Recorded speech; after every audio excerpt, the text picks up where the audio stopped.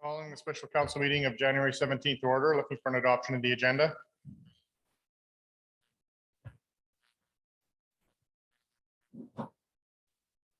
Moved by Councillor Elliott.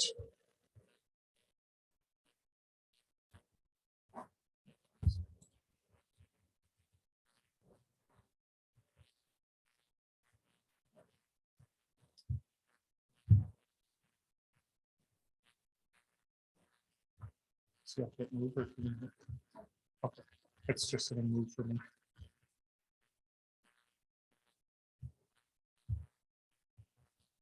Ready for the question? Those in favor?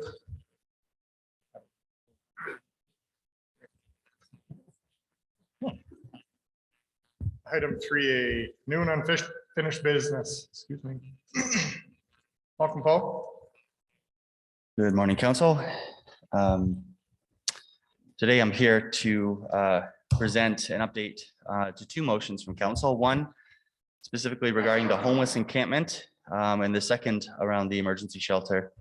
As well, administration has prepared a recommendation for Council's consideration.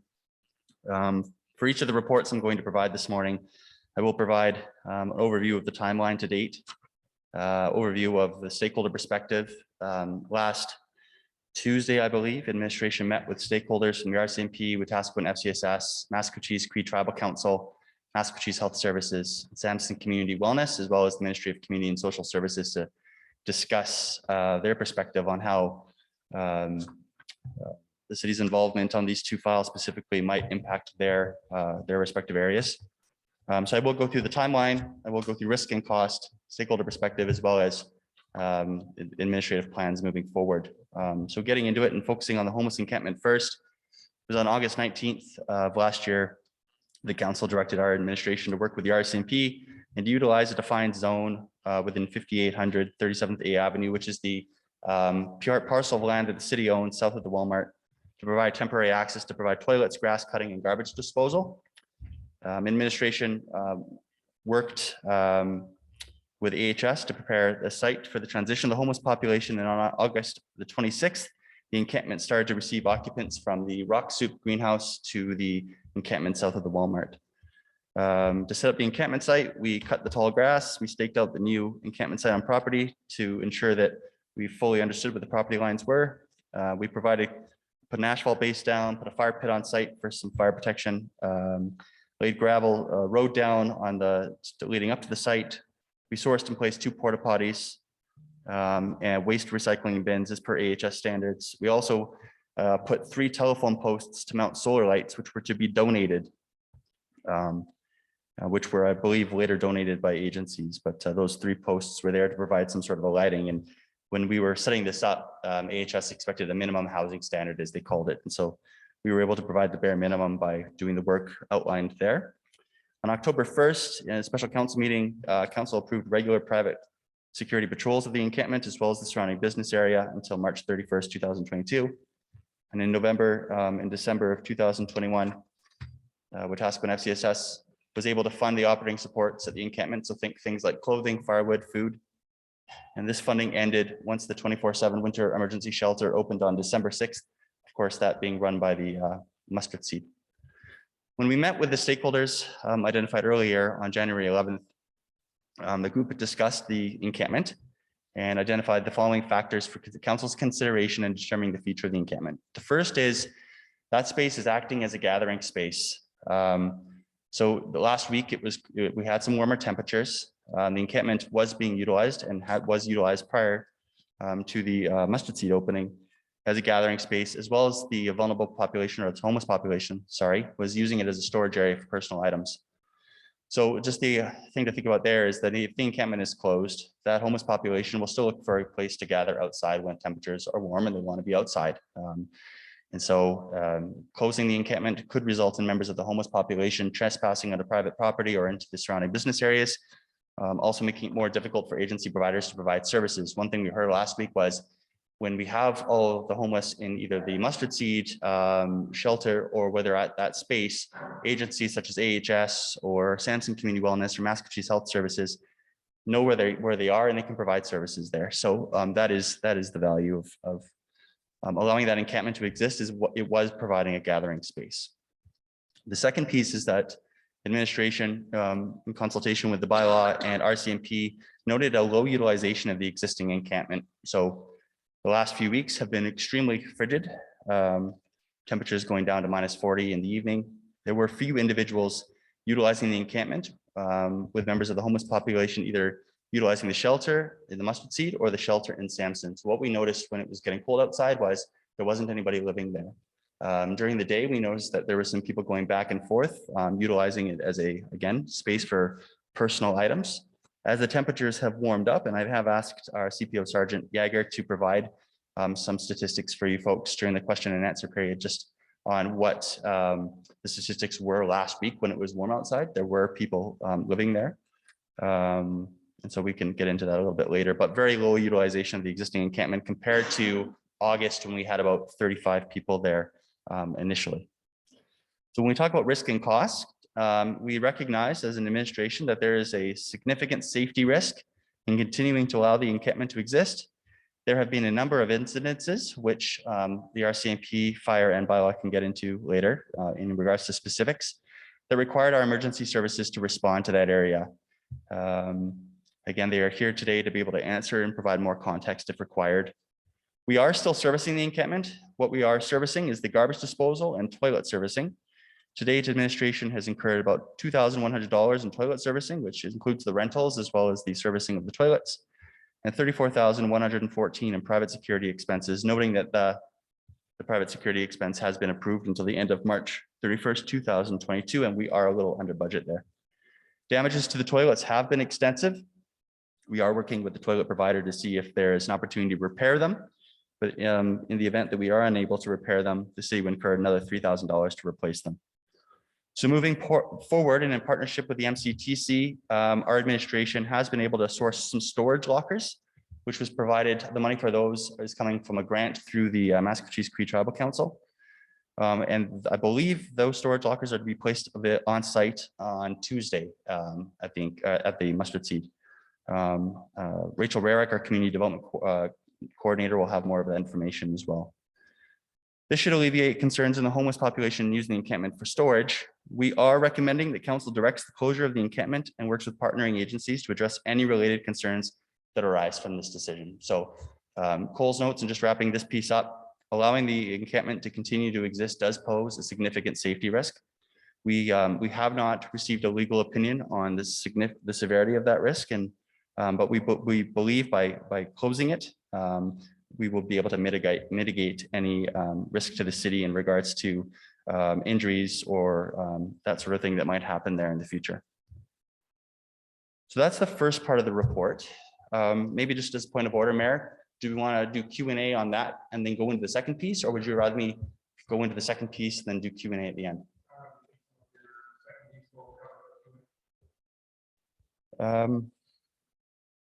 No, I think it's a good pause. I think it's a good pause here.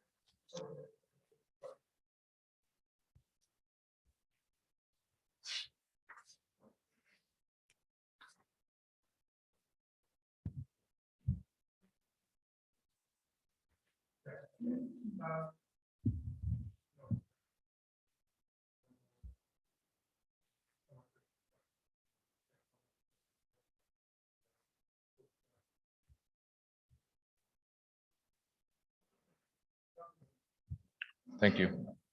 Through the chair to Paul, what sort of timeline would it be to take down the encampment, and what happens to the stuff at the encampment, let's say like the TP and their belongings, if they choose not to put them into the locker?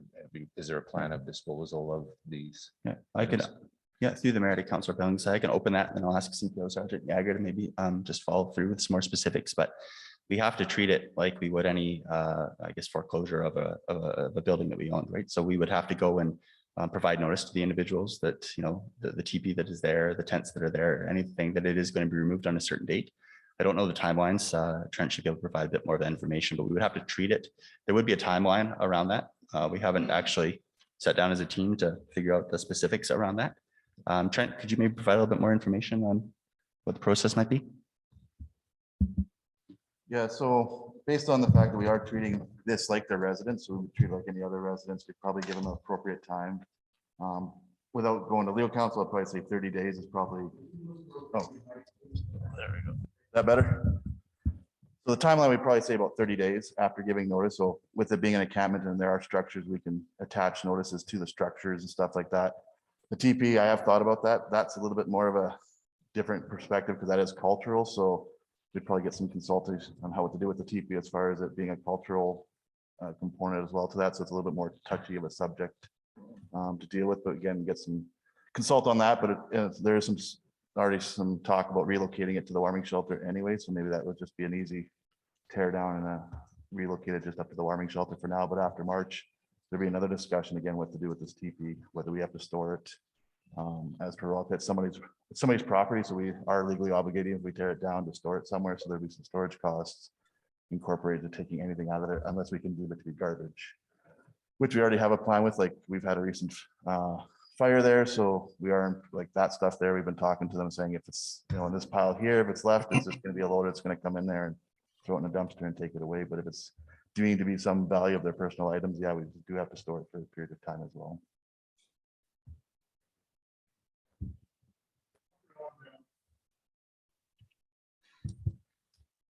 Oh, thank you, Mr. Mayor. Through the chair to Paul. Sorry, I'm out with some COVID restrictions. How is this going to affect our relationship with like the mustard seed and maybe other agencies coming in the future to help us out? Yeah, through the mayor to Councillor Lonsdale. Agencies noted that having a space for the homeless population to live and a safe place for them to be is essential. Because the mustard seed is operating a 24/7 winter emergency shelter in the community. The closure of this encampment has a less impact than it would if the mustard seed was not here 24/7. So that was interesting to note. There is, in speaking with the Maskwacis Cree Tribal Council, there are plans, well, specifically, actually, it would be Samson Community Wellness. There are plans to move some of those cultural supports, such as the teepee that Trent mentioned, closer to the mustard seed and provide those supports. And so really the biggest impact to closing the encampment is that they would not have a gathering space. They would not be welcome on that parcel of land anymore. And that they would be going into other areas of the community if they just want to go outside and enjoy the weather, right? So that was the major, when it comes to the closure of the encampment, that was the biggest impact that came from our stakeholders last Tuesday when we had that meeting. Okay, thank you. Councillor Nielsen. Thank you. Through the chair, and Paul, you can redirect if you like. You talked about safety risks. So I'd like to understand a little bit more about what that, when you talk about safety risks, what are we actually speaking about? Okay, I think what I would like to do is perhaps allow Deputy Chief Alex Plant to kind of speak to the fire risk, and then maybe Keith take the lead on the other safety risk. Just thank you. Good morning, Council. The Walmart encampment site there, we've been out there for 7 different fire calls out there, including one severe structure fire where the potential of death was very imminent. Although they did flee from the site there, that was a good thing. We've also had 2 big problems with people falling into those fire pits out there, and that caused severe burns and damage to 2 individuals there. So it was total, we were out there for 10 calls out there, 7 of which were fire calls. Some of them were minor, some of them were dumpster fires, but 3 medical assists out there, 2 burns, and 1 with a breathing complaint who could barely walk out of that place. Thank you.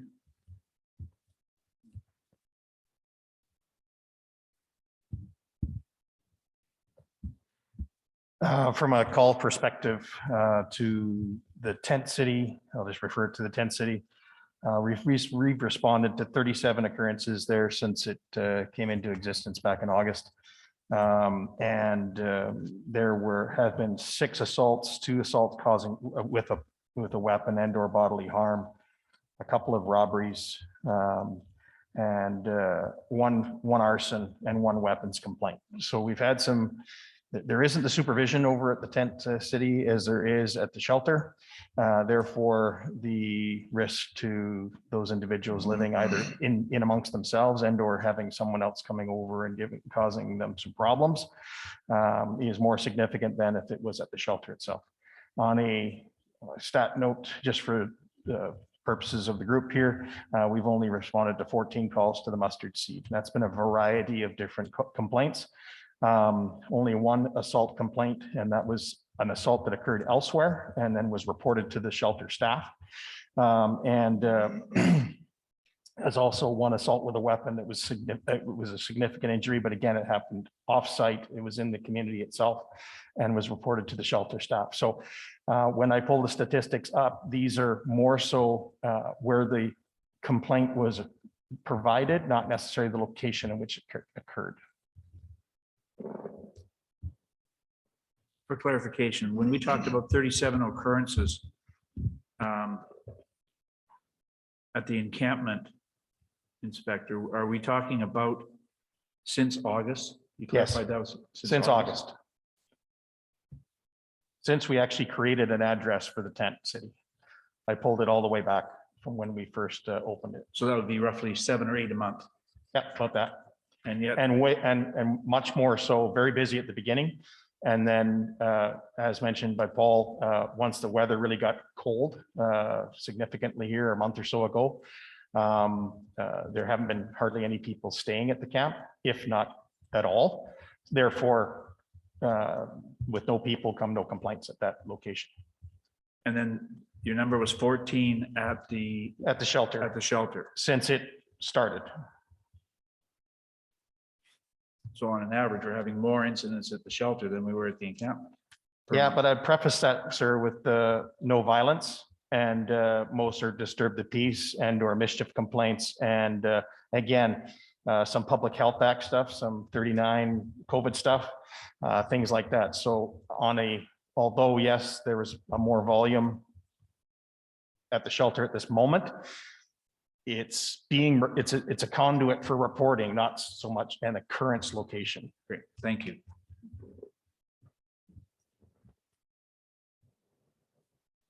Councilor Elliott. Thank you, Mr. Mayor. Just through to Paul. We're differentiating between the encampment and what Mustard Seed is doing, correct? Through the mayor, that is correct. So this part of the conversation right now is focusing exclusively on the parcel of land that the city has designated as a homeless encampment south of the Walmart. And okay, I just have a few kind of random questions. And I guess this might go through to the inspector. Are we seeing a drug problem at the encampment?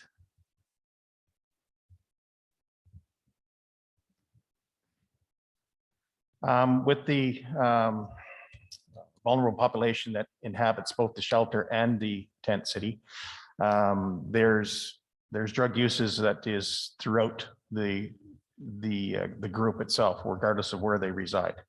One of the issues this population has is a substance abuse issue. Most, Yes.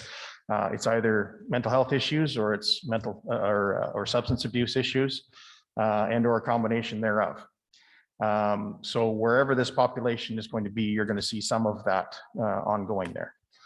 Some of the folks that are in the encampment, when they moved there in the summer, were without the means of a proper place to stay. And what we saw as the winter got colder and colder, the population of the tent city dwindled. There's always going to be, half a dozen, maybe upwards of 10 or 12 real hardcore individuals that don't mind the cold, and they will stay outside until it really gets frigid, like it did here just a couple of weeks ago. So there are drug issues there and other substances used there. But what is significantly different between the two locations is one has some staff there that are helping supervise and helping these people, and then other is completely unsupervised, other than our walkthroughs from time to time, and or the security piece that might be there, or other agencies like bylaw that actually also goes through that area. And further to that, are there gang-related happenings? Once again, with this population base, there are some connections there. There has been a component, even when we had the hub open at the old Civic building, there was some gang stuff going on there. Again, it kind of comes entrenched with that drug culture, will be some of that, but it's not prevalent. Okay, thank you.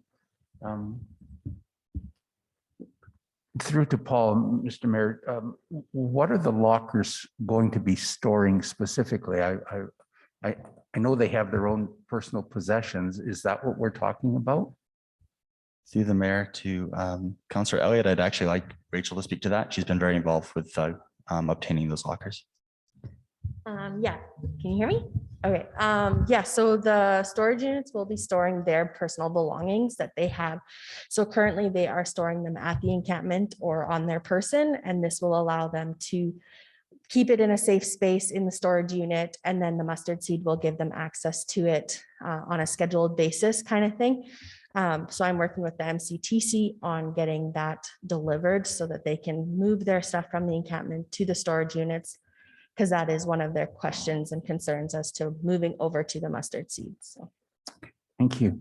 So just to sum up, after this meeting that was held with all of the participants who are providing service, this was a recommendation that came from that committee, was to close the encampment? Through the mayor to Councillor Elliott, no, we didn't ask for, each of the stakeholders had a different perspective. And so what these underneath in the report, underneath the sections called stakeholder perspective, these are the broad themes that came out from across all the stakeholders that attended those meetings. Is administration that's making the recommendation to close the encampment due to the safety risk that that exists as a result of that. Okay, thank you. Thank you very much, Mr. Mayor. You're welcome. Councillor Blatz. Thank you. Through the chair to Paul or to the inspector or to Sergeant Yeager.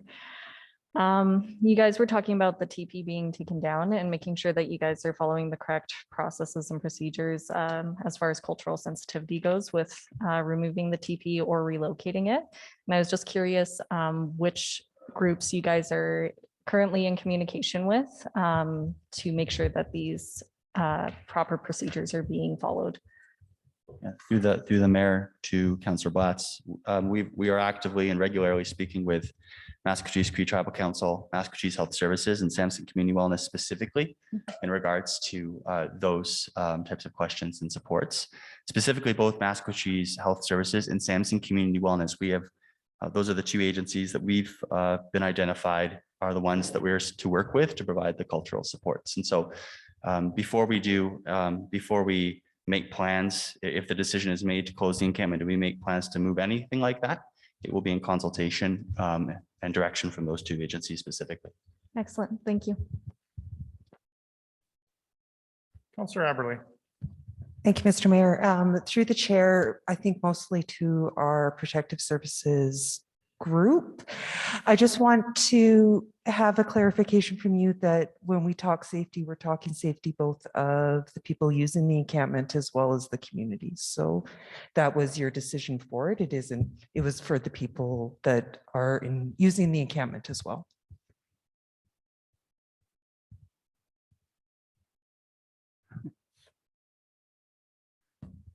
Yeah, it's for both the vulnerable population and the business and the regular population within the city, yes. Thank you.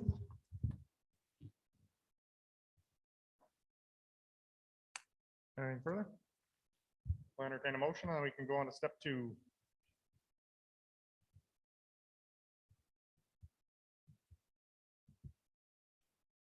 Councillor Elliott. I would move that council direct administration to work with the RCMP in closing the encampment located at 5800 37A Avenue. Moved by Councillor Elliott. Any discussion? Councillor Blatz. Do you think that would be beneficial to have as part of the motion that we remove the TP with cultural sensitivity being in place, or is that just implied because we're already going through the procedures for it? Through the mayor to Councillor Watts, I would actually, noting that your comment, and perhaps you would expand the motion to include essentially the stakeholders that would be involved, like Massachusetts Cree Tribal Council, Massachusetts Health Services, and Sampson Community Wellness, as well as the RCMP. So can I make an amendment? To the Could that motion? be a friendly amendment or do you want it to?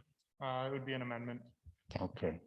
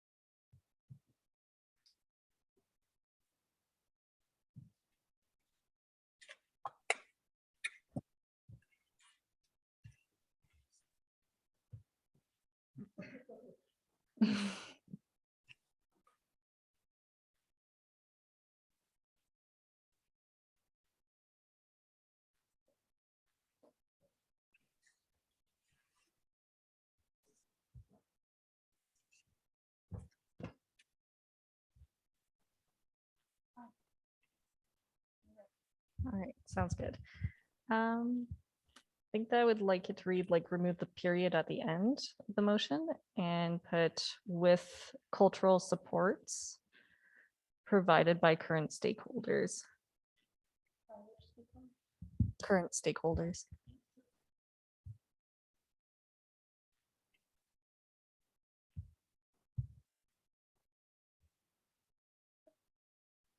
To the amendment. Or the question wasn't, go ahead. I understand. I'm in favor, sir. Thank you, Councillor Lonsdale. We'll get to that in a second. Oh, okay, sorry. I understand the intent. I worry about the word support. Are we talking about cultural sensitivity to the closure? Are we talking about providing counseling support for those who are being dislodged, if I want to use that term? The support word to me needs some clarification.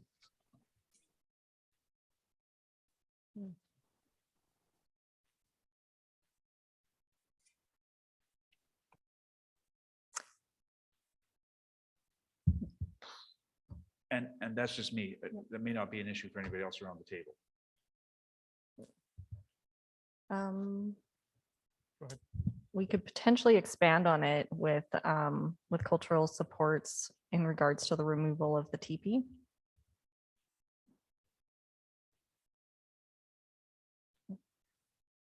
Councillor Elliott?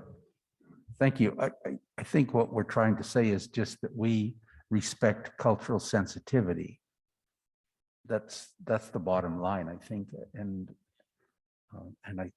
our protective services are all aware of that. So I'm just wondering if that would be better wording, just respecting cultural sensitivity. So I don't want to make an amendment to amendment yet, but. Councillor Billingsley?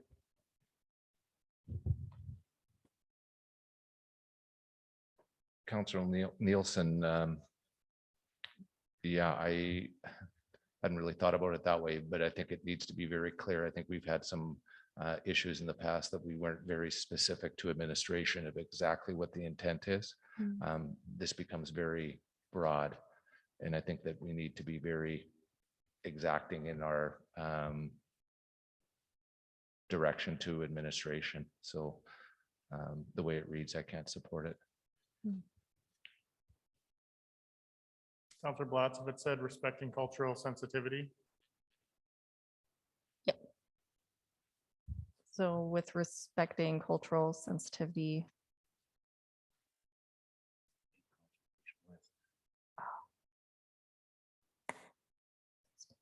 Sensitivity.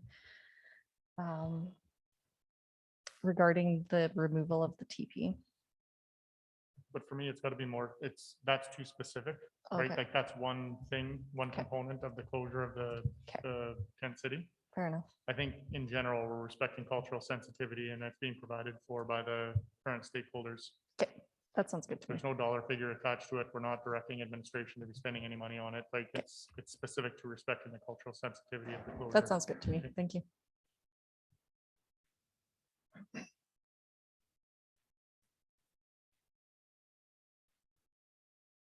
Anything further to the amendment? We're ready for the question. Those in favor? Carried. Councillor Lonsdale?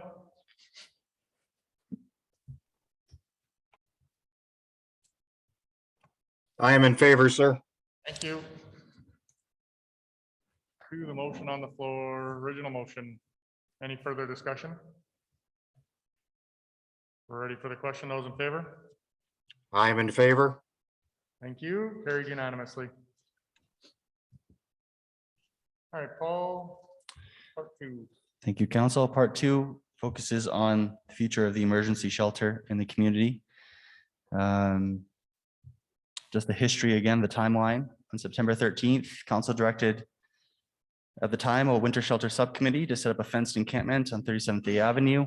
On the road allowance as a temporary warming shelter 24/7 until March 31st. It would provide private security. It would provide security with cultural sensitivity training, first aid training, narcon training, and cleaning services provided based on funding allocations being awarded to the city and or Wetaskiwin FCSS.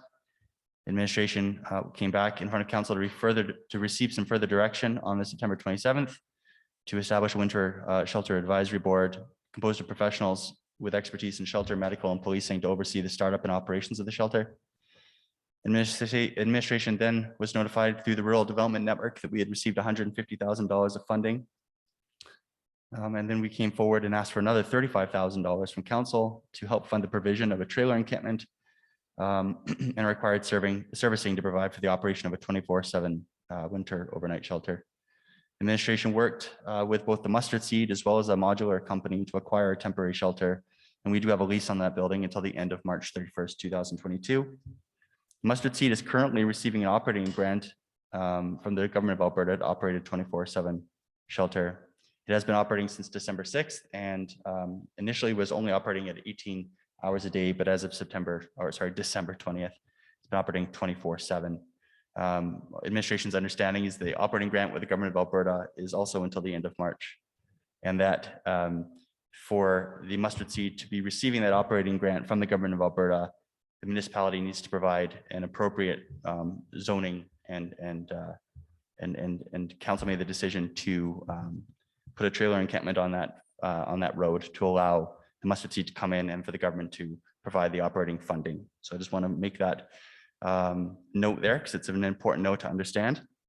When we talked to the stakeholders, as noted before, same group of stakeholders last week, and we discussed the importance of a 24/7 winter emergency shelter, as well as the future of the city's involvement in servicing the homeless population. We noted the following and note that these are broad themes that came from quite a number of stakeholders. So it's not necessarily recommendations or agreement amongst all the stakeholders, but broader themes that we discussed. So the first was the importance of a 24/7 shelter. I think almost unanimously within that group, we all noted that a shelter needs to be in place to ensure the homeless population has a safe place, noting before that having a shelter is allowing agencies such as AHS and Massachusetts Health Services and Samson Community Wellness to come in and do some important work with that group from a health and wellness perspective. The second piece we talked about was the importance of a long-term strategy or plan with representation from across the region as required to address the complex needs of the homeless population over the long term. The participants noted the importance of this approach instead of focusing exclusively on policing. The third was we discussed a community navigator position. There are still members of the homeless population who do not either utilize the shelters and are living in the community and still require supports. The city did receive a grant from the government of Alberta to provide this position or funding for a position. However, the city is still looking for an appropriate partner to provide the support in the community. Cultural supports, and as I touched on a little bit with the encampment report, the importance of providing a space to provide cultural programming and supports to the population is required. We are aware of discussions between the Mustard Seed and partners within Maskwacis, specifically Samson Community Wellness, to provide these supports. However, the recent pandemic surge of Omicron, as well as the cold weather, is delaying this work. The current plan, once the Omicron peak, I believe, goes away, is to place the TPs in a safe space outside the shelter with daytime elder supports. In speaking with Maskwacis Cree Tribal Council, the elders would require, I believe, 3 days of sobriety prior to being able to be provided those supports. One thing that was noted is, and quite clear, is that regardless of the decision of a future shelter in the community, that agency support will continue. There are multiple agencies currently providing supports, both within Wetaskiwin and the region of from Maskwacis specifically. These include emergency shelter, medical, mental health, wellness, cultural, and emergency supports. And that regardless of a decision of a 24/7 shelter in the future, these would continue to operate. The group again noted that a 24/7 shelter provides that safe place and makes their job a lot easier to provide the supports. We noted that the importance of lobbying the government to continue to lobby the government and perhaps to work in partnership to advocate for both short and long-term supports in the region.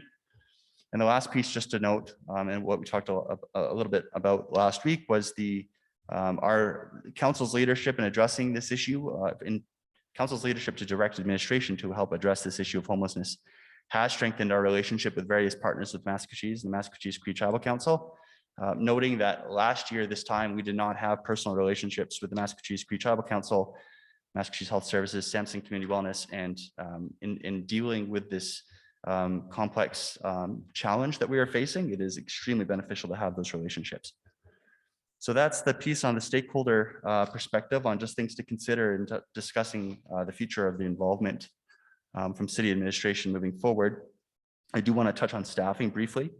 The government of Alberta has extended an existing staffing grant for 2 positions, one of which we filled. And so Rachel Rarick, our community development coordinator, has been working with the city now, I believe, since the end of November. And her position is funded until the end of March. Essentially, this position is being dedicated to help support the work of the Mustard Seed, as well as some other community committee work that we have, such as the Community Safety and Wellbeing Committee, as well as the Diversity and Inclusion Task Force, and that type of work. In the absence of a position such as this, or in the absence of us being able to find further grants to support it, administration would not have the capacity to be able to support these efforts after March 31st, 2022. We are responsible, as I noted before, with that operating grant to the Mustard Seed from the government of Alberta. We are responsible to ensure that the facility is operating properly.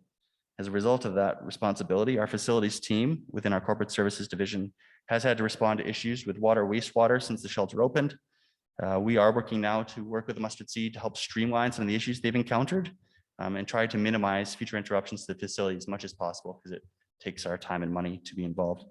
In my position specifically, the General Manager of Community Protective Services continues to meet with the GOA and the Mustard Seed as requested to discuss items related to the shelter and specifically COVID isolation. I do want to touch on this in that right now the province, specifically our shelter and the province, is experiencing a huge surge of Omicron. And as a result of that, the big challenge that the Mustard Seed is currently facing is transportation to an isolation site, the closest isolation site, either being within the nations of Maskwacis, which does have some capacity to take COVID positive individuals, or Red Deer. And so there is a challenge to get those individuals there. And Rachel has been working with Mustard Seed to help them through that piece. So moving forward, the lease for the trailer encampment will expire on March 31st. Administration does not have any direction past this date in regards to supporting a winter emergency shelter. And we are aware, and actually last week when the Ministry of Community and Social Services attended our meeting, we are aware that they continue to have discussions internally within the GOA as well. We are aware of discussions in regards to homelessness at the federal government level in regards to the long-term plans for shelter and supports in Wetaskiwin. However, at this point in time, we are not aware of any concrete plans past March 31st. just noting, I think we've already made the decision on the encampment, so the implications there, I don't know that we have to touch on that too much. And we have no motion in front of you, council, so I believe the intent here was to have some discussion and see if we could receive some direction from council on our involvement in regards to both a 24/7 emergency shelter, as well as any other supports in the community for the homeless population, short or long term. So that concludes my report, and both myself as well as our staff behind are looking forward to any questions you might have.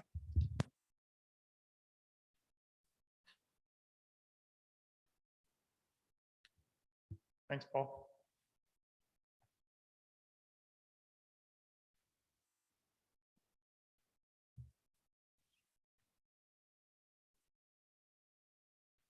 Councillor Elliott. Thank you, Mr. Mayor. Through to Paul. I just wonder if you have a ballpark figure of what it cost in 2021. It cost the city in admin time, providing garbage pickup, providing electricity, plumbing, all of those different things. I'm just looking for a ballpark. Through the mayor to Councillor Elliott, I just want for context and clarification. Are you referring to the shelter that was out of the Civic building when the Open Door was running it? We're still spending money right now with Mustard Seed as well, with garbage pickup and those kinds of things. So 200,000, 300,000. So for clarification, are you asking about the cost of this existing shelter or the one in 2021? I'm asking about both. Okay. The total cost to the city, approximately, including the city manager's time, your staff time. I can maybe provide just a sense of, because I don't have any specific cost estimates, but I could provide some understanding of where the time is being spent. So right now, the Mustard Seed is being treated like a business, right? So they have needs for garbage. They have needs for snow removal like we would on any road up to their piece, up to their business doors. We should note that any of the costs required to actually operate it, that is keep the propane going or the water refills and the sewage collection, all of that type of stuff are costs that are being borne right now by the Mustard Seed. Where the costs come in right now for administration to support these efforts is on costs, I guess, from our existing staff, our facility staff specifically, our manager of facilities, my time to work with those stakeholders that I Mustard Seed in the government of Alberta, which right now, because we're in a COVID situation, is significant. Not a lot of the city, I try to keep it away from the city manager, so not a lot of her time. Okay. It is mostly my time. You would have enforcement staff a little bit, but they're arguably dealing with less in regards to the homeless population than they would if this didn't exist, because we would assume there'd be encampments popping up throughout the community. So really where the cost comes is, I guess our PW to actually pick up garbage and stuff like that. That's their time. But again, the Mustard Seed is paying for the operation of this facility. Rachel Rarick's time is significant. It's at least 1.0 full-time right now, but she's being grant funded until the end of March. If she did not exist right now, and we did not have her dealing with the bulk of this work, it would be absolutely unsustainable for us to be involved without a position. So for this to work, and I think that's the clarity, it doesn't work without a full-time position. I was doing it on the side of my desk until the end of November. I did not realize how much of my time it was. And within about 15 minutes of Rachel started, I gave her full-time job. So it is to support these efforts, regardless if it's a 24/7 shelter in the community, regardless if we're working on something like the Community Safety and Wellbeing Committee or even the Diversity and Inclusion Task Force, right? It does require time. Arguably up until now, up until Rachel coming, it was side of desk, and side of desk does not work. It's not sustainable. And when you do work like that, you're not doing a great job. You're doing work. You're not necessarily doing it well. And so when the Open Door, when the other shelter was here in 2021, 2020, there was a lot more of our staff time because we didn't have a Rachel, and because that operator at the time didn't come with a huge operating grant that the mustard seed does. And so there's we understand our roles. We've created an agreement with them. Things are working very well right now, but it's without Rachel's position or community development coordinator specifically, these types of efforts are not sustainable. So and just in addition to all of those costs, then we have the RCMP costs, the fire services, protective services, our peace officers. They had increased patrols and things as well as we're paying for security out there till the end of March. So all I'm thinking is that there's been a lot of cash or time and cash spent on behalf of what's happening with our homeless people in the last year or last 15 months.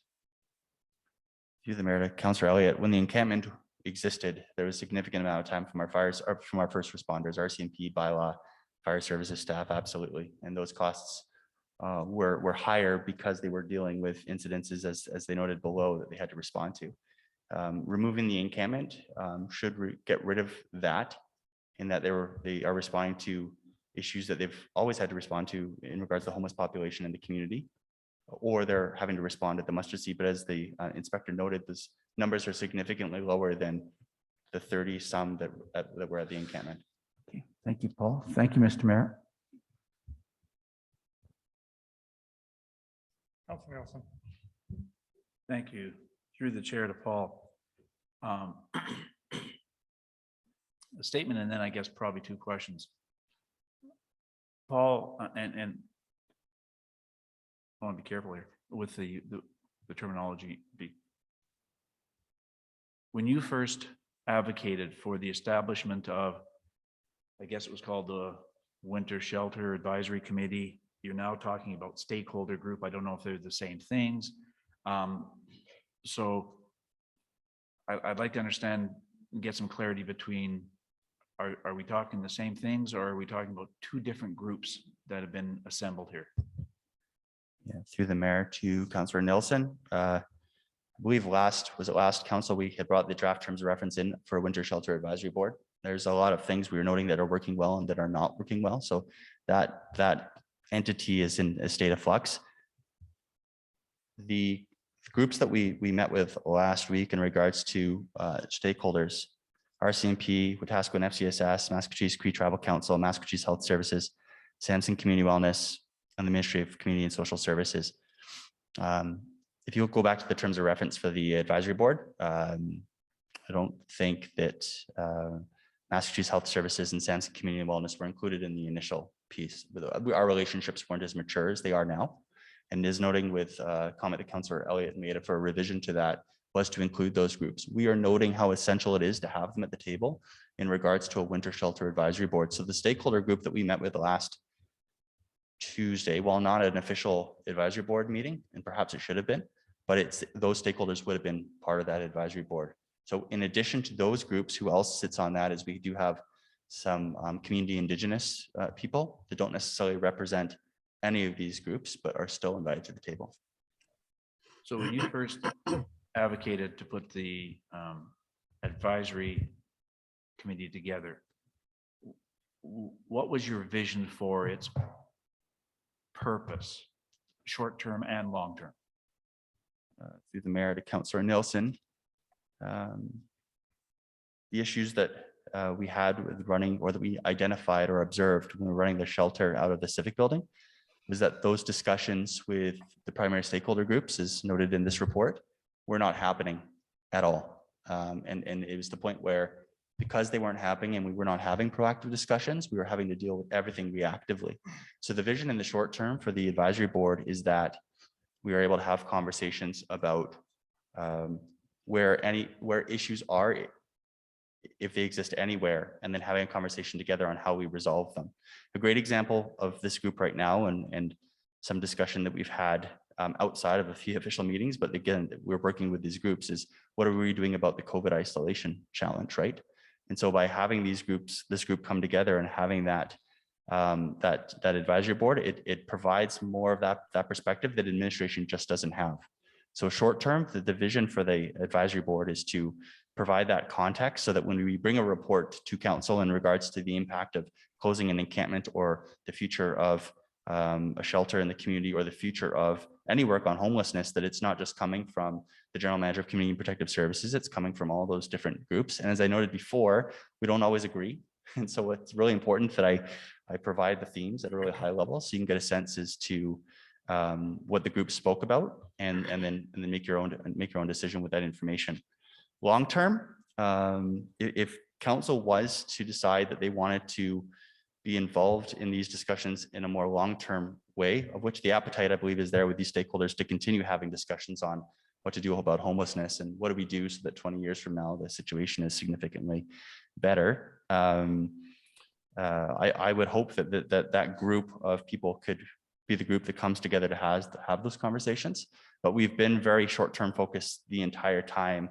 One of the observations I've made with the advisory board specifically is that because we've been, it's almost like starting up anything, getting the doors open with the mustard seed, fixing the toilet backup issues that we were having.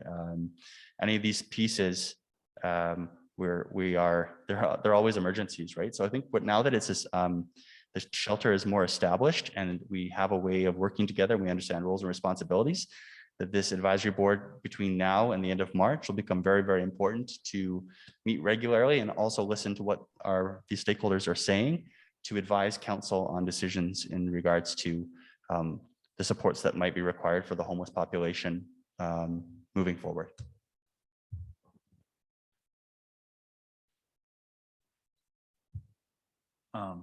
Your last sentence talked about this advisory board advising and recommending to council, which implies to me the council is still the head of the parade. And so the question I guess I would pose to you is, because through your vision and leadership, you've been able to pull all of the stakeholders with a vested interest in this issue to the table. And when we first started, I think if I could quote you, you made some comment about this has to be a community-based solution. And we now have the community base established with this committee. What is the capacity on April 1st for this committee to be the leader of the parade and the city being a participant in that committee? Through the mayor to Councillor Nelson, as noted before, Rachel Rarick, taking her role at the end of November as the community development coordinator, has provided capacity for administration to do this work and to continue to do this work. For a good chunk of 2021, I will admit, and as I've had the conversation with our city manager, I was doing a lot of this work myself on the side of my desk, and I wasn't doing great work. I was doing work. I believe that if we're going to be involved in this work moving forward, that we need to have a dedicated resources focused on that task. Administration is currently looking for grants to perhaps extend that position past the end of March 31st. But as of right now, we don't have anything. And come April 1st, if we do not have a position in place, administration can no longer continue to lead these efforts. They are not sustainable. And I make that comment noting the importance of it. So it's not an easy, this administrator believes it's important. That doesn't necessarily mean that council, that we have the resources to continue to do that, or that council will continue to direct us to do that. But in the absence of either a grant or a position coming our way, we wouldn't be able to be involved.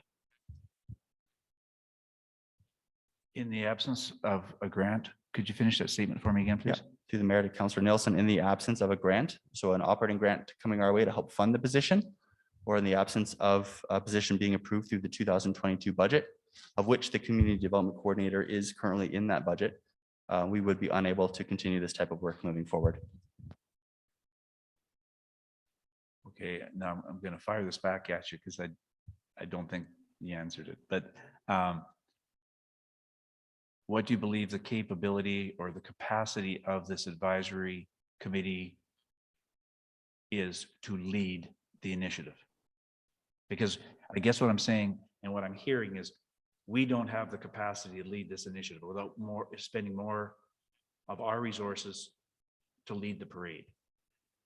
And it seems to me that the whole idea was that pulling a group together that could lead the parade jointly. So the question is, what is the capability or capacity of the existing shelter advisory committee? Through Mayor to Councillor Nelson, historically, when the city I'll go back to when I first started. Keith and I talked a lot about his efforts when he first started about bringing these types of committees together. And at some point, and I don't want to speak for the inspector, but he decided, they made a decision, he decided to stop leading it. And then it essentially dissolved. When we talk about community development or an ecosystem approach, what have you, the importance of community development does require nurturing on behalf of some organization, whether or not be the city of Wetaskiwin or others, to do that work. And so because it's complex and that each of these agencies that are involved have their own governing structures and report to a different leading entity, it would really depend upon those groups and their governing structures on if they want to take that role. Currently, the city of Wetaskiwin is playing the role of nurturing the discussions and bringing people to the table, which has started with a lot of really good relationship building, and we're still building trust at these tables. To continue to be at the table, we do require some sort of resources, either in a grant fund, operating grant, or a actual position to continue them.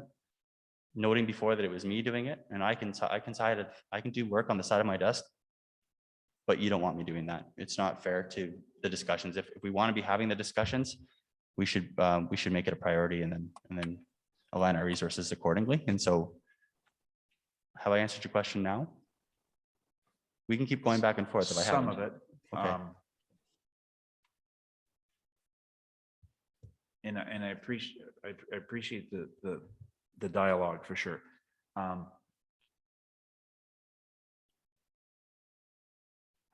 guess where I'm trying to head, I think, is on March 1st, on April 1st, when the trailers roll out of town, the mustard seed leaves the community. Who is going to be the first entity that steps away? Or who is going to be the first entity that steps up and continues looking for grants, continues to invest time in advocating to government officials, continues to work with AHS, continues to do all the things you and your staff, the city staff, have done to lead the parade? I'm hearing you say, without other city resources going into this, you don't see anyone leading the parade then? Through the Mayor, Councillor Nielsen, just based off of historically how this has happened in this community, generally they will, if the city says we're not going to nurture this and continue to lead these efforts, the other groups will go back to doing their jobs. And it doesn't necessarily, I don't see anybody else coming to the table to take the role that we're currently providing. Thank you, Paul. Thank you, Mr. Mayor. Councillor Billingsley. Thank you. I think, Paul, that you answered my question, but I just want for clarification. I guess my question then would be to Sue. So has administration investigated an extension for Rachel's position? Obviously, it's grant funded, and I guess the second part of that, and I think, Paul, you had said, I've got grave concerns of how much money we're throwing into this situation. Is the vision going forward on April 1st to have Rachel at that position being the leader of the parade or a participant? Through the Mayor to Councillor Billingsley, on April 1st, we wouldn't have the position anymore because the grant would be complete. Administration is looking for other operating grants and has had very high level discussions with the government about an extension to that grant. It has been extended in the past, and we have had a very preliminary conversation, but nothing fruitful. So if the resource didn't exist on April 1st, noting that the Winter Shelter Advisory Board is a council committee, so we would probably be back here in front of council recommending to close, essentially to stop with it, because we just can't, from an administrative perspective, without a dedicated resource supporting it, I don't think it's one of those pieces on do we have the capacity to do it? And my answer is no. So your vision going forward, then that position then would be leading the coalition, not necessarily just being a participant. Yeah, through the Mayor to Councillor Billingsley, if a position was funded and that position continued past April 1st, one of the primary roles of that position is to essentially to nurture the committees and to ensure that the discussion occurs, to ensure that the city isn't placing a ton of our bias into those discussions. I believe it's important for us to be more of a facilitator and less of an active participant, but noting that the perspectives of these different stakeholders that come from those discussions increases our ability to influence decisions down the road. And so from that perspective, I see it as a very valuable role. At the same time, a role that does require time and presence. Thank you. Councillor Lonsdale, sorry, Sue, and then Councillor Lonsdale. Through the chair to Okay. Councillor Billingsley, I also wanted to point out that while administration would continue to look for grants, it's at the direction of council. So we're looking for that feedback today on whether or not we continue looking to extend that position. The other piece too is while we have the business case in for the 2022 budget, the position would be doing a lot more with community development. This was just one piece of that position. And really one of the pieces that we're hoping becomes a part of the discussion today is, do we continue to work with the agencies that are currently in town to see if they are going to be self-sustainable in our community and continue doing what they're doing, and how much involvement does city administration have based on council's direction. So it's, yeah, we're kind of waiting for direction today before we really look closely at what grants would be available and spending a lot of time on that. Councillor Lonsdale. Thank you, Mr. Mayor. Through the chair to Paul, April 1st, how confident are you that the agencies and partners we are dealing with will continue to work with us? And I look at, I've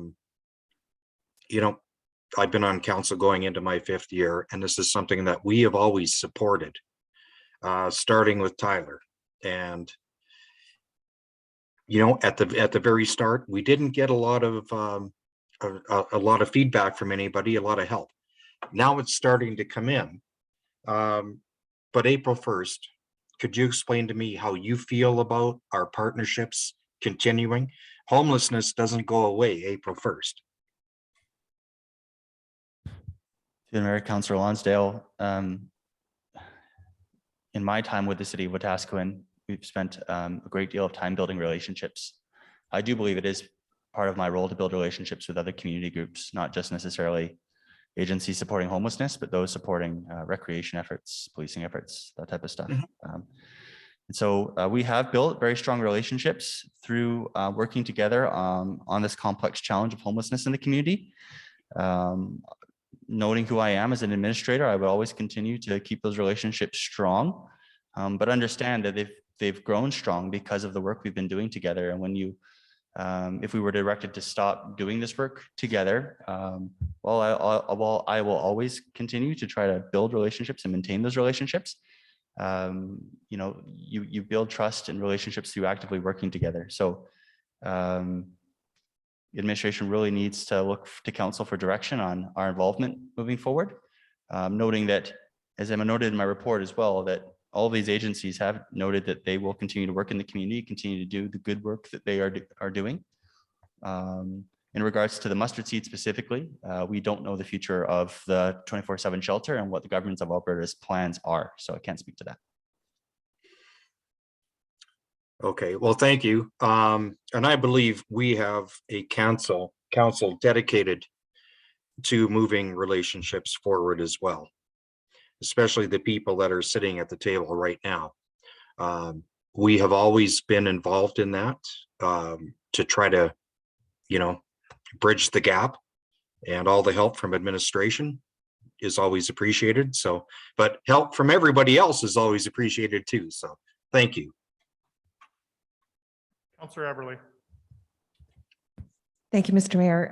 I have a couple questions. So the first, through the chair to the incumbents on council, just so I can better understand when you made the motion for the advisory committee. Of course, I wasn't in the room. And the word advisory to me always, and that's that wording, right? When we talk about it, the wording advisory always made me think that they were to be coming back to us and that we were leading that parade. So I just don't, if you could help me maybe understand, am I wrong in that thinking? Because that was just the question that was sort of that came to my mind when the question started to come up about that. So either councillors asking me? Nielsen or Billingsley, but Councillor Blatz and Mayor Gandam as well. It's just so I can better understand what that motion was, the thinking. Thank you, through the chair. When that motion came forward, in my mind, the city was leading the parade, and we were looking to other agencies to say, what is the best way to move forward with the advice of a wide range of people with more dedicated experience than we as a city alone had. So the whole context of it was that indeed it was an advisory committee. I think one of the things that occurred through all of this timepiece was the discussion about what role the city should play and what role the government should play in addressing the issues of homelessness in our community. And for me,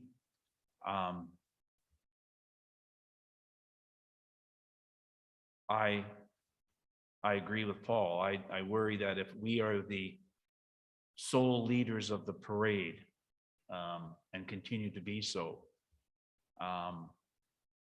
we've got some problems administratively meeting all the expectations of council and our community as we invest so much of our time on this singular issue. I think one of the greatest strengths that we had was our reluctance to simply throw a whole bunch of money at the table, and we kept saying to government, this primarily is your issue. We'll be partners at the table, but it's primarily your issue. And I see the end of March coming along and wondering, has the government accepted their role in this is their issue? Will they automatically just come and say, oh, here's another check for next winter, which would be great because then we could go about planning through whatever means. Or do we have to send people cap in hand week after week, talking to ministers, talking to government agencies, talking to Alberta Health, and reinvent the wheel all over again, in which case, again, I think we're doing a disservice to our community and to our administration. So for me, while it was important at the beginning because we were well entrenched in being the leader, I see a move to step away from being the leader, but being a participant at the table. And I see that being very different. And so it concerns me, even with Sue's comment, that we will continue to look for grants if that's what you want us to do. Then we're starting to say, well, we'll be the leader again. Right. And I worry what that's going to do long-term for the operation of the city. I understand it will do for the support for the homeless, but I wonder what it will do for the support for the rest of the 12,970 residents. Yep. End of soapbox. Yeah, no, thank you. Councillor Blatz? Thank you. Through the chair to answer Councillor Averly's question. I believe that a large part of trying to chip away at this issue that we have is that we need to start building those relationships. And I think that's the gap that we were having when we brought up the advisory board. We were having a lot of trouble trying to bring subject matter experts to the table because we didn't know what we needed and we didn't know who wanted to be at the table. And so I think that the advisory board was a valuable and is and continues to be a valuable resource with bringing different subject matter experts to the table, getting their advice and seeing what other resources are out there, because they have brought to the table so many different avenues and different ways that we haven't looked down before. And so I think that they have done a really great job at building and maintaining relationships with us and surrounding partners. So for me, the advisory board was that catalyst in relationship building that we've never had before. And so as far as leading the parade goes, I never viewed it as them taking it on and leading the parade. I took it as they were trying their best to advise us on what needs to be done, what's currently happening, and what resources are out there. But I never took it as that they were going to lead us in any direction regarding our homelessness issue. So as far as that goes, that is, I think that's where the problem comes in, is what was the role that each one of the advisory board members felt like they were going to play, and see if they had the idea that they would also be leading the parade as well. So I think that's a matter of trying to bring those voices to the table too, and see where they kind of saw this heading. Great, thank you. Councillor Billingsley? Thank you. And for myself, when that started, we had identified a problem, knowing full well that we didn't have the capabilities or the know-how to run a shelter. Yeah. So you try and get as much information, and at that point there was nobody to lead the parade, if we keep using that term. But at that point, the whole idea was, let's get some community engagement, get some ideas, some help. And that's kind of where it all started from. Now, whether or not we decide as a council going forward, if that's what our involvement as a city and council and administration, and I think that that's what administration is looking for today, is what involvement are we going to have going forward after March 31st, so that they can start planning, so that all of a sudden on March 20th, well, I guess we probably should decide what the heck we're doing. That doesn't give much time, and I appreciate that we're getting ahead of this as opposed to reactionary.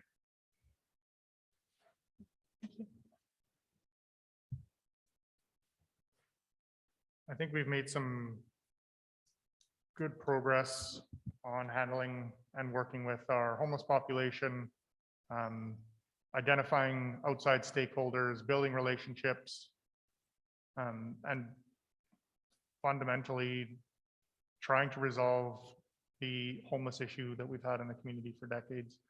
I think it would be a huge misstep if we didn't continue that, whether it's us leading it or not, making sure that somebody else is willing to take that on in the absence of the city, or as we move our, I don't want to say priority because it's still a priority, as we move our working priority from our homeless solution. I think we're going to miss out on going on 4 years of council work trying to resolve that.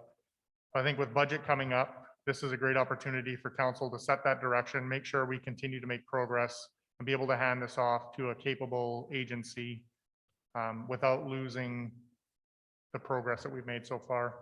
So I'm hoping that council will still give administration direction to continue working on this, and that it will be a priority as we work through budget coming up here in the next month or so. So as it's been stated a couple of times and through administration, giving them direction so that we can, so we know what we're doing as we work forward. Councillor Elliott. Thank you, Mr. Mayor.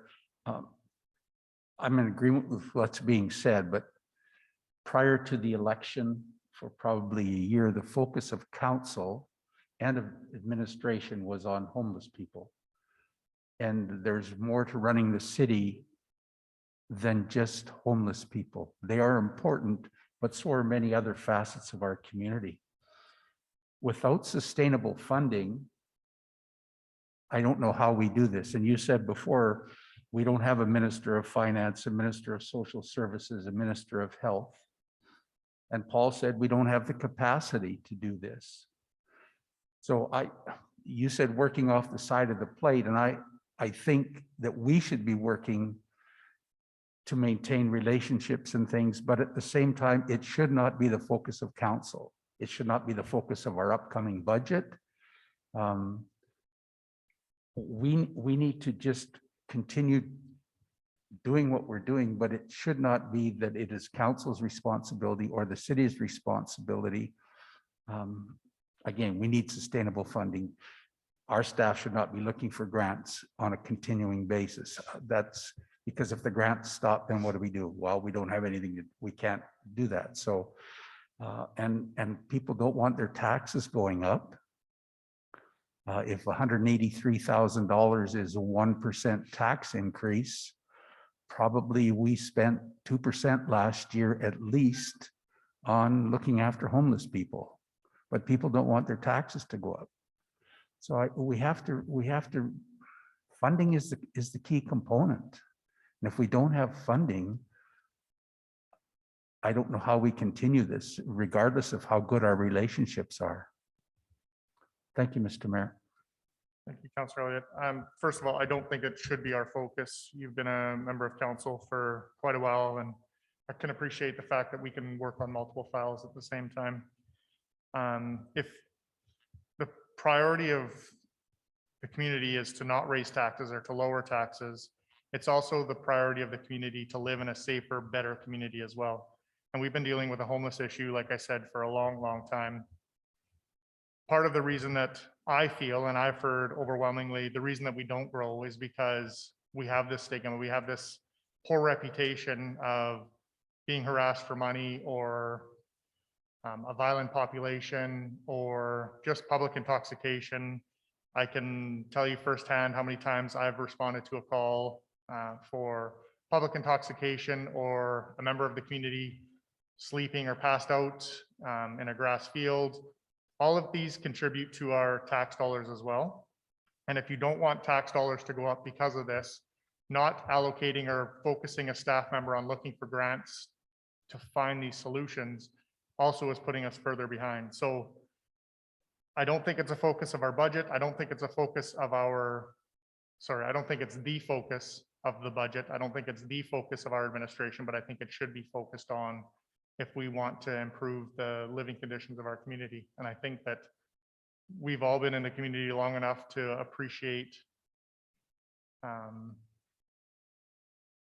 struggles that we have here. And if we aren't going to continue addressing them, then nothing's ever going to change. And I think that's part of the problem, is that for a long time, many of our community just accepted the fact that we had a homeless population, or we had a population struggling with mental health and addictions. And every once in a while, a little bit of attention goes to it, or some energy goes to it. It doesn't change instantly. And I saw firsthand opening up a shelter downtown for 3 consecutive winters. When things didn't change dramatically, as soon as it opened up, the community wrote it off. And I'm not saying we didn't have huge problems with the shelter being downtown, because we absolutely did. But that's us finding a solution, it not working, changing gears, making a turn, trying to find something else that's going to work. I think that if we give up on it, we've lost any of the progress that we've made so far. And I don't see us changing any kind of dynamic within the city moving forward, and it would be truly unfortunate. And I'm no different than any other community member. I don't want tax dollars going to solving a homeless population. I don't want my taxes to go up because we're trying to find a solution for somebody with mental health and addictions. But I was also the same person who wasn't happy driving through the community and seeing people passed out in boulevards or in grassy areas beside restaurants or being harassed going into a business. That's no way to feel safe in a community either. Councillor Nielsen? Thank you. Part of me worries about the notion of finding a solution. As was mentioned, we've had homelessness in this community as long as I've been here, and I've been here a long time.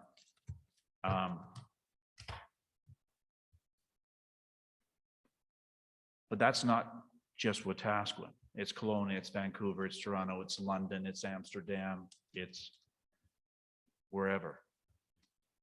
And the solution across the globe has been to throw money at providing shelters.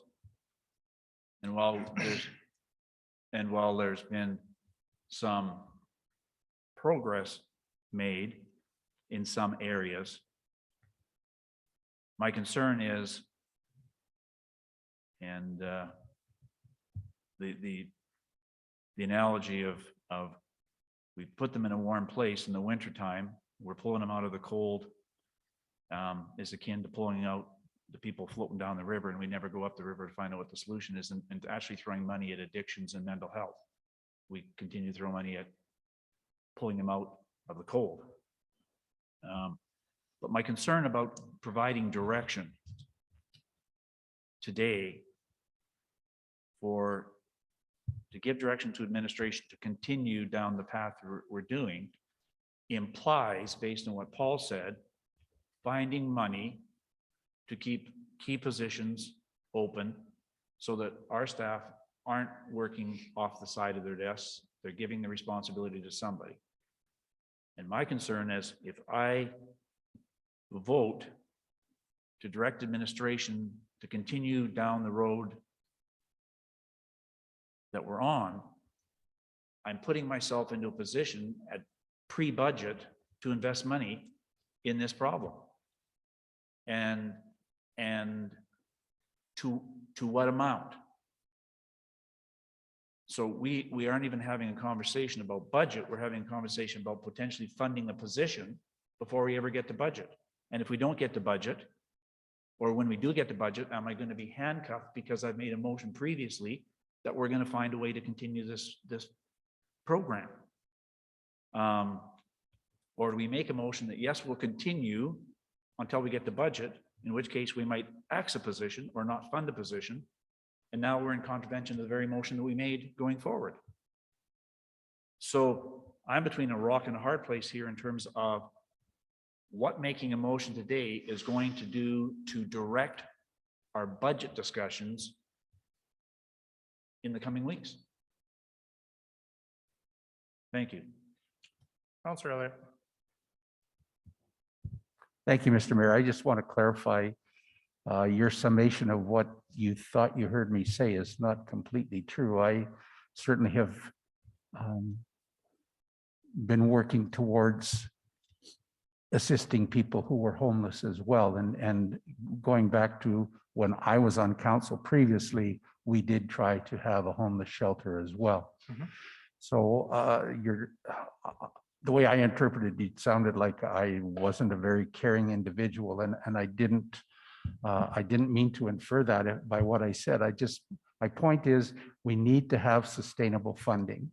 We can't just be going peaks and valleys, peaks and valleys. We need to be on a much more even keel when it comes to dealing with the situation and any other situations we have in our community as well, whether it be garbage collection, whether it be running Manluck Center.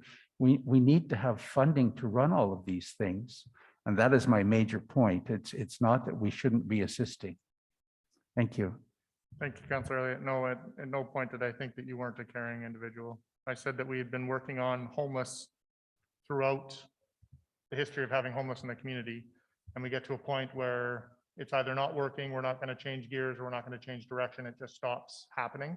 Not whether that was you that made that decision or all of council or however that was made, whether it was completely outside of a city directive.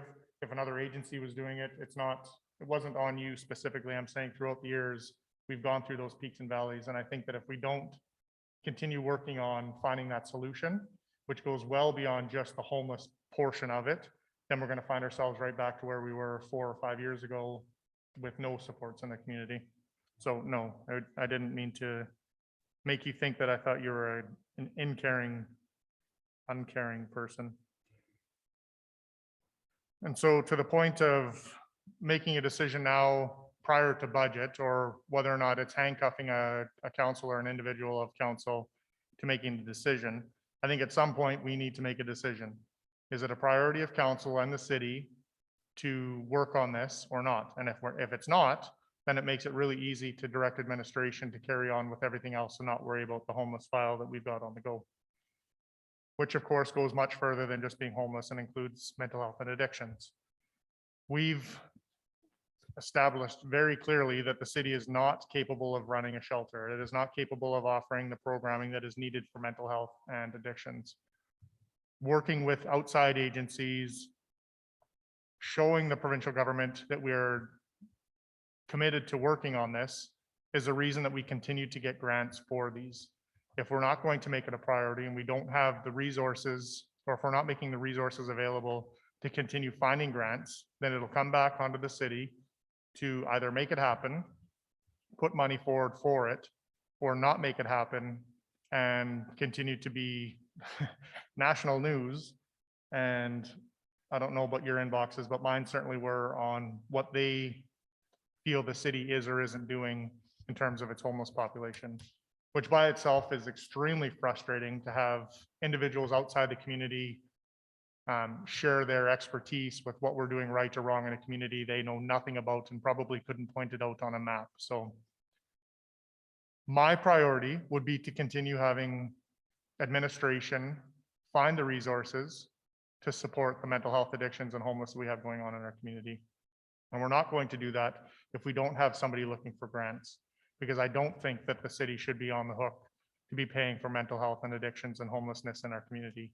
I do think that we should be here to facilitate that and make sure that we're the conduit between the provincial and federal governments, the other orders of government, the neighboring communities, and the agencies who are experts in working through this. So yes, I would want to make a decision today, which would drive budget, if that means that we're going to find an individual to get the money to help find the solutions for the problems that we've had in the community. We've had well over $1 million in supports. We've probably passed $2 million in supports in the past 2 years in relation to the vulnerable population. And again, it's because the city is committed to putting its time and resources and making it a priority as well. Councillor Blatz. Thank you. I agree with everything that Mayor Gandam is saying. I think that we need to try and figure this out because it's been months now of administration coming back and talking to us about how we need to start making decisions on where we stand on the homeless issue. And I feel like it keeps getting put off and that we're constantly on a fence of where we stand on it. And I think that if we continue waiting and seeing how things go, we're just going to continue to not have proper direction to administration on what that priority looks like. And I think that would be helpful to both council and administration to have that kind of direction going forward and knowing what our priorities are. I would never say that the money that was already spent on our homeless population this far was ever money not well spent. We ended up finding a lot of resources through what we have done so far. We have already found so many new relationships and trying to find new resources. And I think that this is the closest that we've gotten to getting to a point of being able to properly distribute resources to our vulnerable populations. To to the idea that we're looking for a solution, I think that the solution word isn't a proper word for it, but I don't know what the proper word is, because homelessness is an issue that nowhere has been able to find a solution for. But I think that when we use the word solution, we're not looking to solve the issue completely and eradicate homelessness. I think that what we're trying to do is set a precedent that we are constantly looking for solutions to help prevent homelessness and to help provide resources to those that are facing homelessness in an ongoing fashion. So for me, I would never, as a community member, I would never want those that are facing homelessness or those who are about to face homelessness to be excluded from the term community wellness. And I think that when we're looking at the term of community wellness, we need to look at from all angles. And there are so many factors that go into homelessness and causing homelessness, such as domestic violence, addictions, mental health issues. And these are ongoing issues that we will forever have, but unless we're constantly looking for resources and help for those individuals, we'll just constantly have a returning cycle of homelessness issues in our community. I believe that it is a great use of time and resources for our staff to find grants to fund positions to try and help with these endeavors. And the amount of money that we save from getting those grants is substantial. And so for me moving forward, I would like us to continue working towards finding resources for our most vulnerable populations, both in prevention and reactionary. Councillor Aberley. Thank you, Mayor Gandam. I would like to make a motion. I move that City Council directs administration to, and you might need to help me a little bit with this, but to continue with the community development coordinator, looking into ways to fund that, be it through budget and / or grant funding.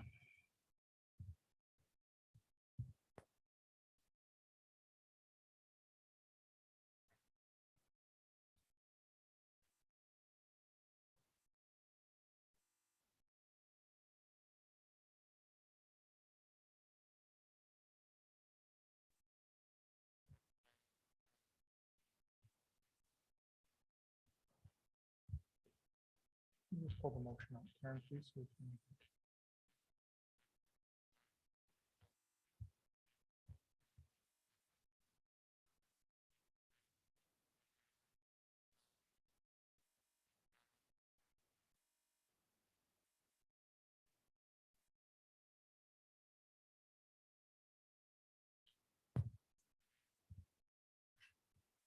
And I'm just thinking, Karen, I'm prepared to say, put it into the council budget.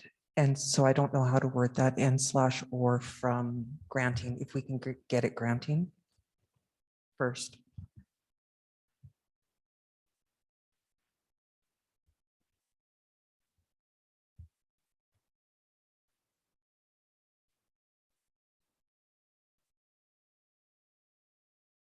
City budget, not council budget, probably.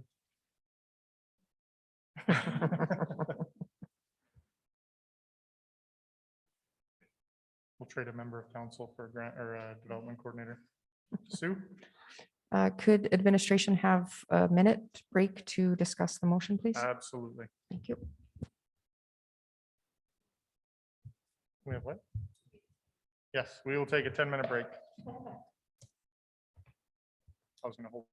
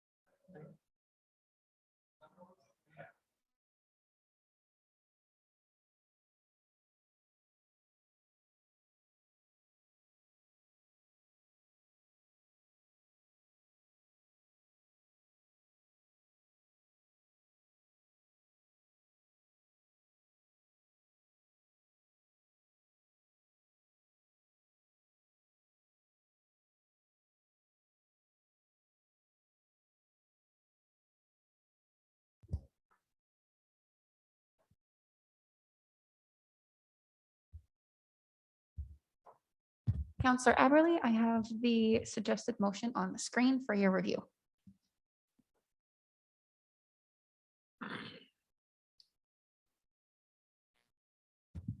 Yes, that looks good to me. Okay, and I'll have Sue just run through as to what administration had thought on the motion.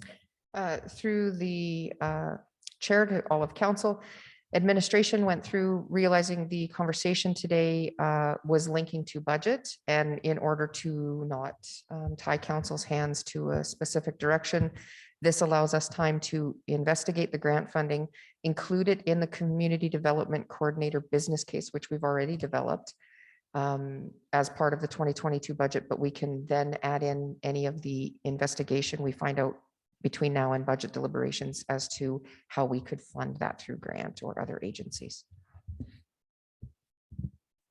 Yes, please. May I make one edit? Can I add the word offset the cost?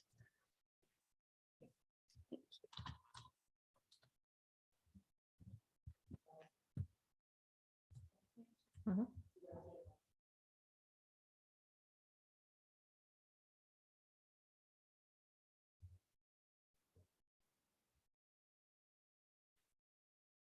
Councilor Nielsen. Through the chair to Sue. And again, it goes back to clarity. Are we looking for funding to help offset? Or are we looking to investigate grant funding to offset? Because if it's to help offset, it implies if the cost is $50,000, we can find 10,000. We've helped offset it. Now there's a commitment somewhere for 40. So are we looking at funding to offset it or just help offset?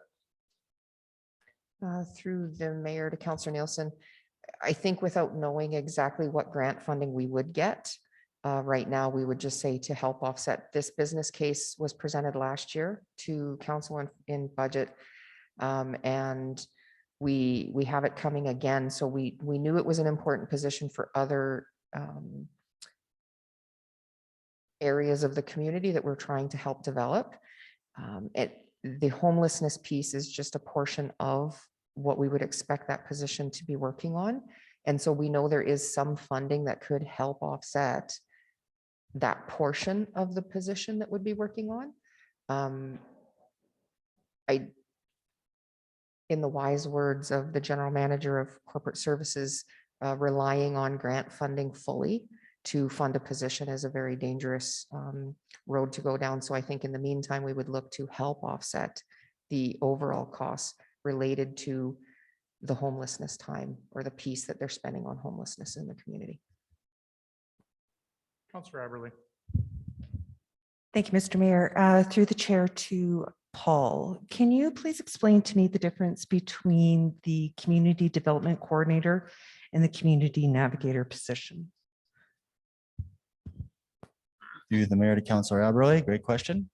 The community development coordinator, as we've spoken about, really provides the overseeing a lot of the committee work that the administration is currently involved in regards to homelessness, community safety and well-being, diversity and inclusion. So they're supporting that work directly. They're also working with community stakeholders. Mustard Seed's a big one right now because the shelter is getting up and running, and they've been devoting a lot of time there, introducing them to contractors, dealing with issues because it's starting and we don't have any processes in place. And so I think we've spoken a lot to that position. The community navigator position was identified in partnership 6 months ago with Wetaskiwin and FCSS when they were still funding the encampment. And again, I got a phone call from the government of Alberta. They actually also recommended that position as well, to essentially be out on the streets wherever the homeless people are, to build that relationship.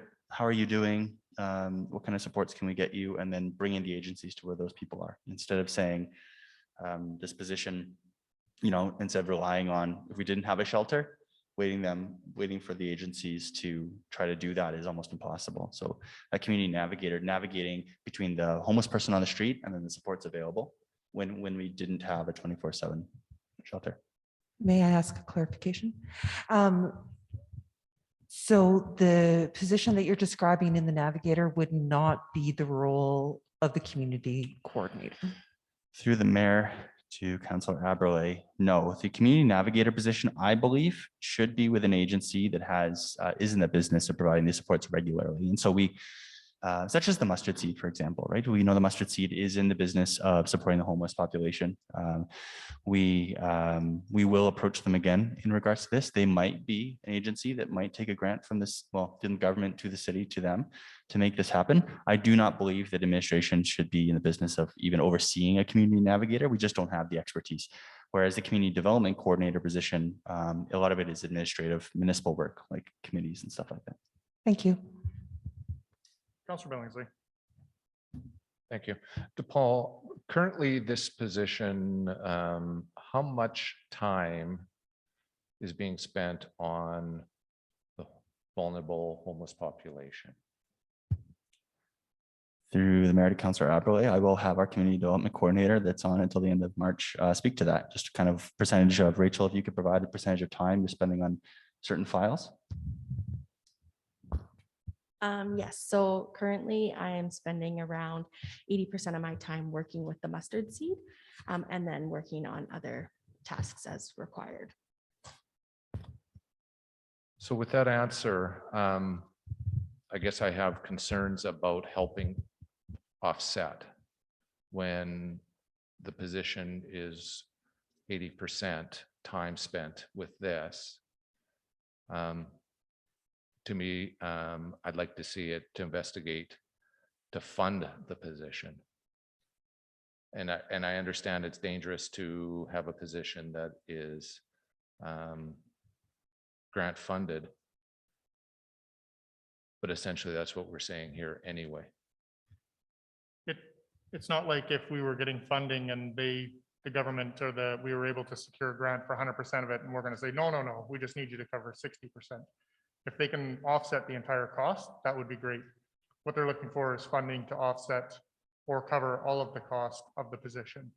So they're not going to stop at a certain percentage to say they've done their part as a part of the motion to offset part of what the position costs the city. What's important, I think, here is the focus on what the position is doing, and that would be the priority of the city or of council. If that's not the priority of the city or council, regardless of funding, then we need to go in a different route. That would be you not supporting the motion, regardless of where the funding was coming from.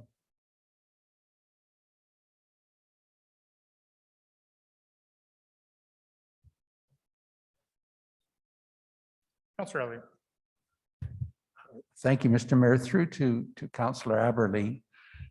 I'm wondering if to be more specific for direction for administration, if we added a sentence, and correct me if I'm out of line here, this position would continue to work with the advisory task force to provide support for the homeless population and those with addiction and mental health challenges. So now you said we've got to the point where we've got this really good relationship. To me, we need to make sure that is, and I don't know if that's coming out of the business plan or not, but this would maybe the 80% or whatever, but I'm just wondering if that would be necessary, or does administration already have enough information that they don't need that? Thank you.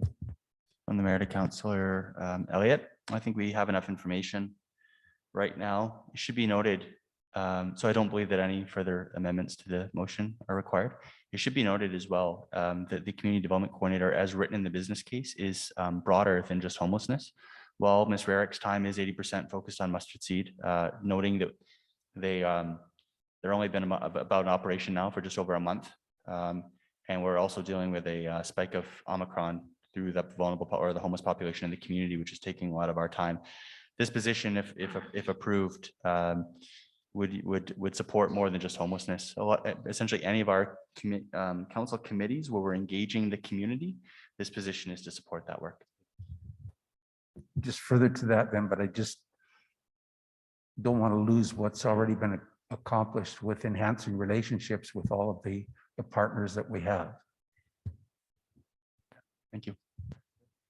Yeah, and I just, In response to Councillor Elliott, for me, it is important that we continue to work with the advisory committee, that we continue to see ourselves when I'm looking at this is not the chair. And I asked this question last week, is there has been the inability so far to create for co-chairs to exist in the terms of reference of the advisory committee. And as we were discussing earlier this morning about being a lead or being the nurturer and ensuring, so that's where I like the amendment, is making sure that we're understanding that there is somebody to help bring that group together, but not the sole responsibility of the position.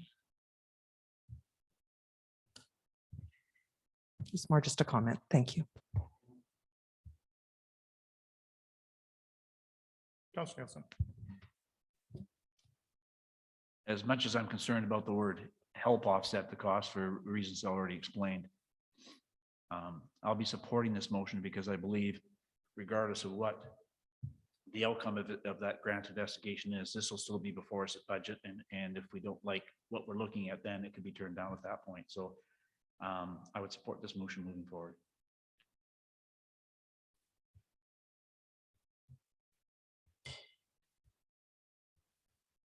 Anything further? Ready for the question? Those in favor? Carried unanimously. I'm in favor, sir. Thank you.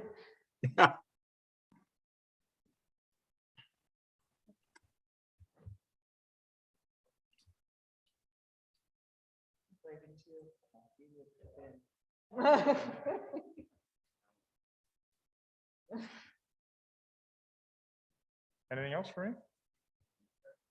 Thank you.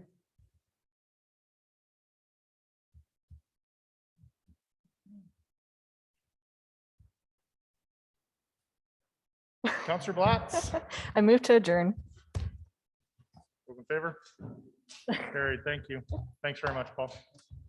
Finance Inspector.